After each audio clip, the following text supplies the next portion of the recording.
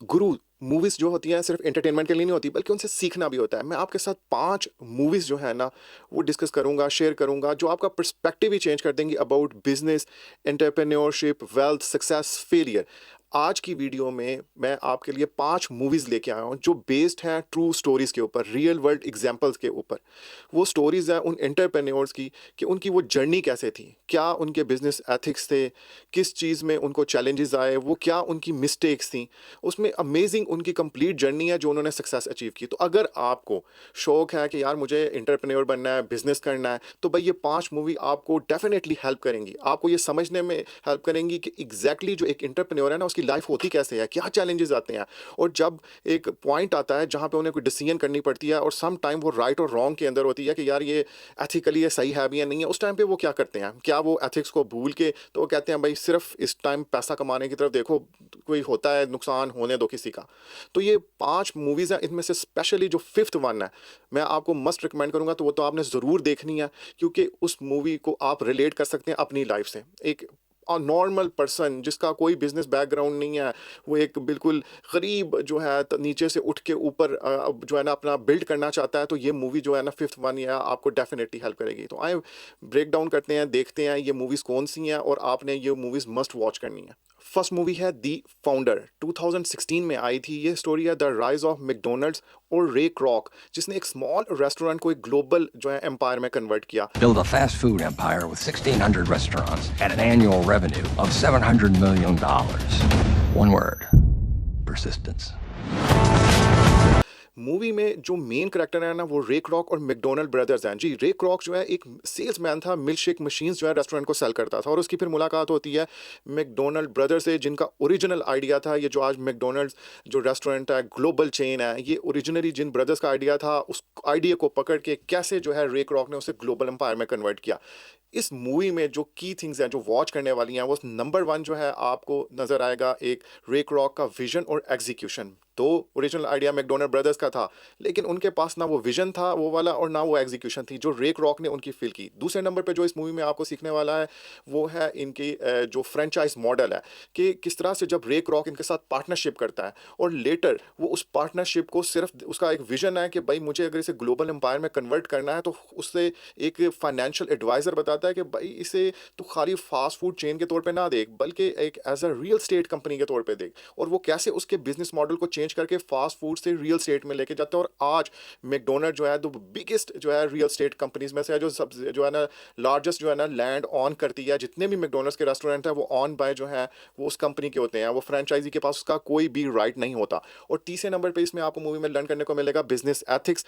आप जब देखेंगे कि जो रे क्रॉक और मैकडोनल्ड ब्रदर्स की पार्टनरशिप में आपको लगेगा कि रे क्रॉक जो है जो ओरिजिनल फाउंडर्स हैं जिन्होंने सोचा था आइडिया बनाया था वो उसके साथ ज्यादती कर रहा है। अब ये बहुत इंपॉर्टेंट थिंग है कि आप मूवी को कैसे देखते हैं और आप कैसे समझते हैं, ये आपने मुझे ज़रूर बताना है कि आपको लगा कि रे क्रॉक ने ओरिजिनल मैकडोनल्ड ब्रदर के साथ सही किया या ज्यादती की। और एंड ऑफ द मूवी जो है मैकडोनल्ड ब्रदर्स तो सिस्टम से बाहर ही हो जाते हैं जिन्होंने ये रेस्टोरेंट बनाया होता है और रे क्रॉक ही रह जाता है इस ग्लोबल एम्पायर के साथ, इस सारी सक्सेस के साथ और उस आइडिया के साथ। तो वेरी इंपॉर्टेंट मूवीज़ है जो आपको हेल्प करेगी पार्टनरशिप को समझने में, बिजनेस एथिक्स को, फ्रेंचाइज मॉडल को और एग्जीक्यूशन और विजन को। सेकंड मूवी है the big shot.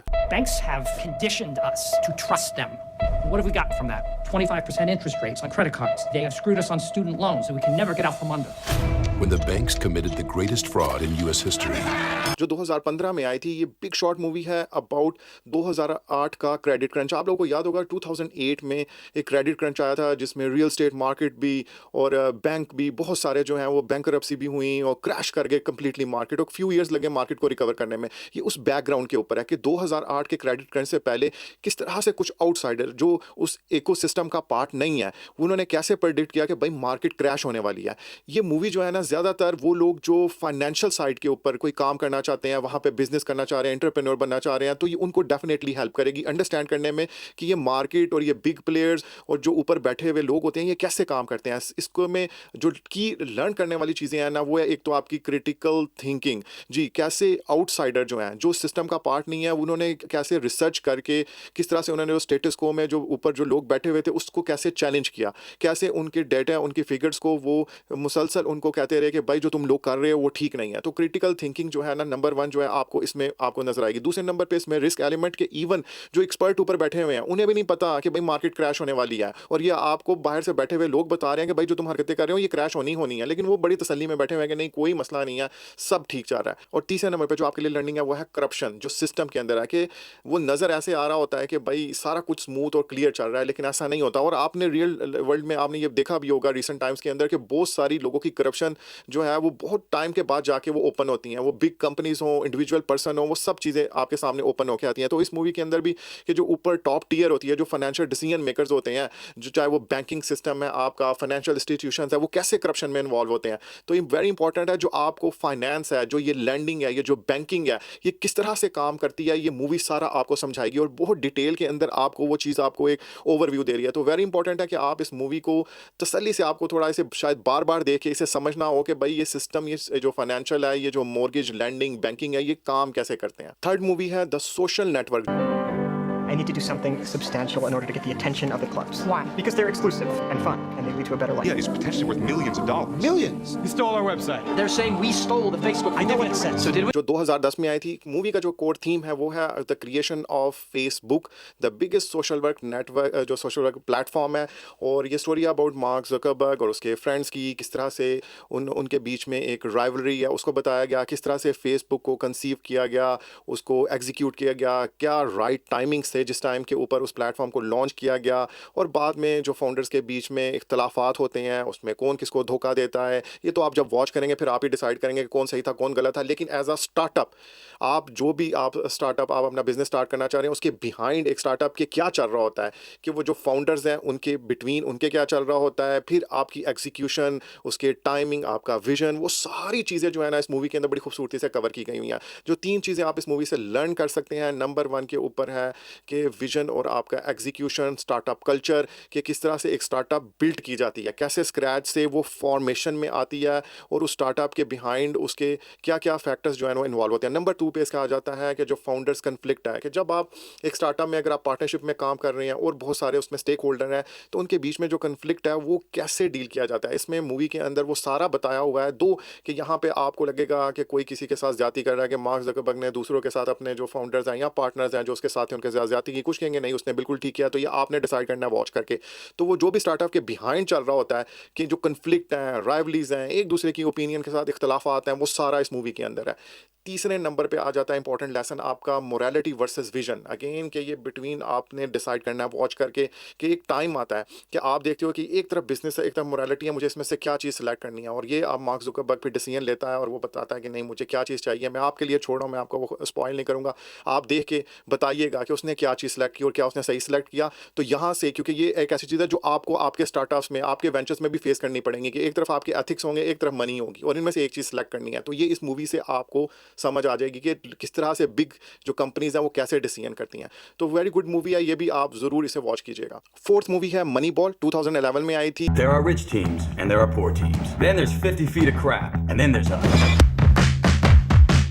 Brad Pitt ने इसमें मेन किरदार प्ले किया था और बहुत ही खूबसूरत मूवी है। जो इसका कोर थीम है कि कैसे लिमिटेड बजट में रहते हुए आप एक विनिंग टीम बना सकते हो। ये एक स्टोरी है एक बेसबॉल क्लब की, कि उन्होंने कैसे एक टीम को असेंबल किया और कैसे वो एक लूजिंग जो क्लब था उसे एक विनिंग क्लब के अंदर कन्वर्ट किया। लेकिन उस क्लब को जो डिफ़िकल्टी थी उसमें उन्हें फाइनेंशियल प्रॉब्लम्स आ रही थी कि वो कैसे बजट में रहते हुए एक विनिंग टीम तैयार करें। तो ये मूवी जो आपको कोर लेसन जो आपको सिखाती है वो नंबर 1 उसमें यही है कि भाई कैसे बजट में रहते हुए आप एक विनिंग जो है एक फार्मूला एक बना सकते हो, और एक वो विनिंग चीज़ जो है प्रोडक्ट को या आप अपना जो भी बिजनेस कर रहे हो सर्विस को आप डिलीवर कर सकते हो। इस मूवी के अंदर ब्रैड पिट के कैरेक्टर कैसे एक विनिंग टीम जो है ना वो बनाता है, वो बहुत इंटरेस्टिंग है। तो ये आपको बहुत हेल्प करेगा आपके बिजनेस, आपके एंटरप्रेन्योर जर्नी में। दूसरी चीज़ जो है आप यहाँ से जो लर्न करोगे वो है डाटा एनालिटिक्स, कि डाटे को कैसे यूज़ किया जा सकता है। उन ओल्ड डेज़ में जबकि ये मूवी उन्होंने जिस पीरियड में बनाई हुई है वहाँ पे लोग डाटे को यूज़ नहीं करते थे। वहाँ पे ज़्यादा जो है ना पॉपुलर एक कॉन्सेप्ट ये था कि जितना महंगा प्लेयर आप बाय करोगे वो क्लब में आएगा, उतना वो आप क्लब के लिए जो है ना हेल्पफुल होगा और वो क्लब को डिलीवर करके देगा। लेकिन जो बिली बेन है जो जनरल मैनेजर होता है इस क्लब का, वो इसके अगेंस्ट जाता है और वो कहता है कि भाई नहीं मुझे जो है एक्सपेंसिव प्लेयर बाय नहीं करने, एक तो मेरे पास बजट नहीं है, दूसरा वो उन अंडररेटेड प्लेयर्स को लेकर आता है जिनकी परफॉर्मेंस अच्छी होती है लेकिन वो कोई ज़्यादा नोन नहीं होते, तो उनको इकट्ठा करके on the basis of data वो सारा इंडस्ट्री का जो होता है ना डाटा डाटा निकालता है और वन बाय वन जो प्लेयर्स होते हैं उनकी प्रोफाइल को ब्राउज करता है और ब्राउज करके फिर वहाँ से प्लेयर्स को इकट्ठा करके अपनी टीम बनाता है। तो वहाँ से आपको जो है ना नज़र आती है पावर ऑफ डाटा कि किस तरह से आप डाटा को यूज़ कर सकते हैं एक विनिंग कम्बिनेशन, एक विनिंग प्रोडक्ट के लिए जो आपको चाहिए। और तीसरे नंबर पे है स्टेटस को चैलेंज। जो ओल्ड ट्रेडिशनल डेज, जैसे मैंने को बताया कि यूजली आज भी यही होता है कि क्लब क्या करते हैं, एक्सपेंसिव प्लेयर्स को बाय करते हैं कि जी वो एक्सपेंसिव प्लेयर, जो बड़े प्लेयर आएंगे तो वो डिलीवर करेंगे, वो इसके अगेंस्ट जाता है और सारा क्लब उस मैनेजर के अगेंस्ट हो जाता है कि भाई ये तू क्या कर रहा है, ये तो तरीका ही नहीं है। वो कहता है कि छोड़ो पड़े, मुझे जो है ना भाई इस पुराने जो है ना तरीकाकार के ऊपर कोई नहीं चलना, मैं अपने इस तरीके के ऊपर चलूंगा कि मैं डिसीजन करूंगा डाटा की बेस के ऊपर, उससे जो है ना इकट्ठा करके अपना एक टीम को बिल्ड करूंगा। तो तीन चीज़ें जो है जो किसी भी बिजनेस में आप एंटरप्रेन्योर है वो आपको इस मूवी में, आपको बजट, आपको डेटा, आपको जो स्टेटस को चैलेंज करना होता है, वो तीनों चीज़ें आपको इस मूवी में मिलेंगी। तो बहुत इंपॉर्टेंट और अच्छी मूवी है, ये भी आपको मस्ट मैं रिकमेंड करूंगा कि आप वॉच करें। नंबर 5 और माय पर्सनल फेवरेट, और मैं आपको मस्ट रिकमेंड करूंगा कि मूवी आप जरूर देखिएगा, वो है द परसूट ऑफ हैप्पीनेस, जो 2006 में मूवी आई थी विल स्मिथ की। अगर इस मूवी को किसी एक लाइन में वर्ड के अंदर एक्सप्लेन करना होना तो मैं कहूँगा never giving up attitude. Chris Gardner was doing his best, We don't need two. We don't need one. Maybe next quarter. It's possible. but his best wasn't enough. Man, I got two questions for you. What do you do and how do you do it? I'm a stockbroker. You're not quitting on us yet, are you? Don't ever let somebody tell you you can't do something. Not even me. All right?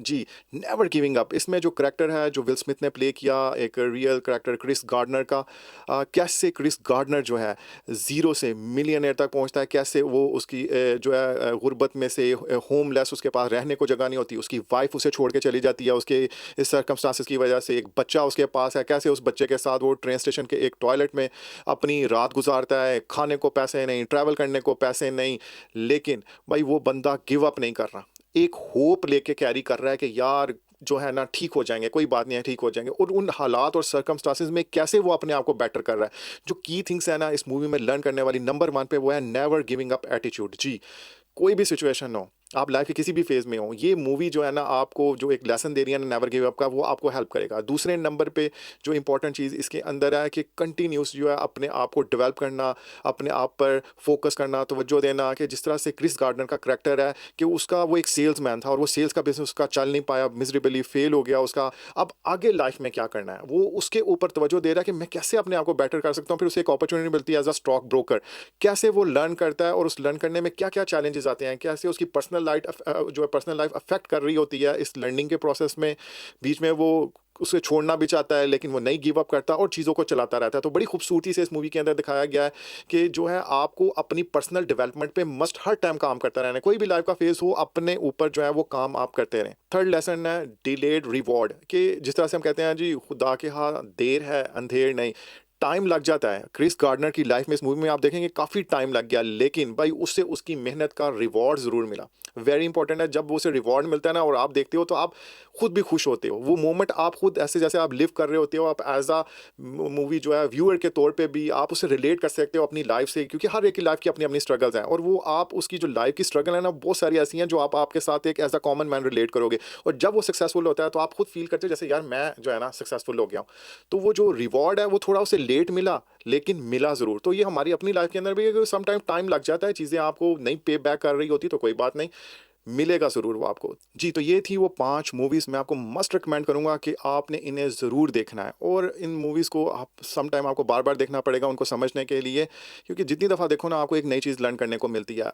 As a founder, as a businessman, entrepreneur, आपकी कोई startup है, कोई ऐसा angle नहीं है, कोई ऐसी चीज़ नहीं है जो इन 5 मूवीज़ में ना बताई गई हो। हर एक का एक डिफरेंट एक पॉइंट ऑफ व्यू है, पर्सपेक्टिव है और वो लीड कर रहा है टुवर्ड्स आपको कुछ सिखाने के लिए। इन 5 मूवीज़ को आप कंबाइन अगर आप इन्हें देखेंगे तो आपको पता चलेगा कि यार वाकई आपने आइडिया जनरेट करने से लेके उसको एग्जीक्यूट करने, टीम बिल्ड करने, फिर आपके बिजनेस एथिक्स को लेके, फिर पैसा कैसे काम करता है, मार्केट के बिग प्लेयर जो हैं वो कैसे कर रहे होते हैं, स्टेटस को आप कैसे चैलेंज करते हैं, फिर आपकी पर्सनल लाइफ की जो प्रॉब्लम्स होती हैं कि पर्सनल लाइफ में आपके यार कोई बुरे तरीन हालात चल रहे हैं, आप उसमें से कैसे बाहर निकलते हो। तो कोई ऐसा एंगल नहीं है जो इसमें मिस हो। जब आप ये 5 मूवीज़ देख लेंगे ना आप खुद फील करेंगे कि यार नहीं, मेरे पास अब एक नॉलेज है, मुझे चीज़ों को डिफरेंट एंगल से देखना है और मैं इसे बेटर तरीके से डील कर सकता हूँ। तो 5 मूवीज़ मस्ट रिकमेंड है कि इन्हें ज़रूर वॉच करें। एंटरटेनमेंट के साथ लर्निंग भी होगी और ये लर्निंग आपके लिए लाइफ टाइम वैल्यूएबल लेसन्स भी बन जाएंगे। This is Jimmy, I am signing off और आपको नेक्स्ट नेक्स्ट वीडियो में मिलता हूँ आपके लिए कोई इसी तरह से कोई इंटरेस्टिंग किसी फाउंडर एंटरप्रेन्योर की स्टोरी या कोई बुक का रिव्यू मैं आपके लिए लेके आऊँगा। अगर आपको आज की वीडियो अच्छी लगी हो तो प्लीज़ इस वीडियो को लाइक कर दीजिएगा, शेयर कर दीजिएगा, मेरे चैनल को सब्सक्राइब कर दीजिएगा और बेल आइकन का बटन प्रेस कर दीजिएगा। Thank you for watching this video.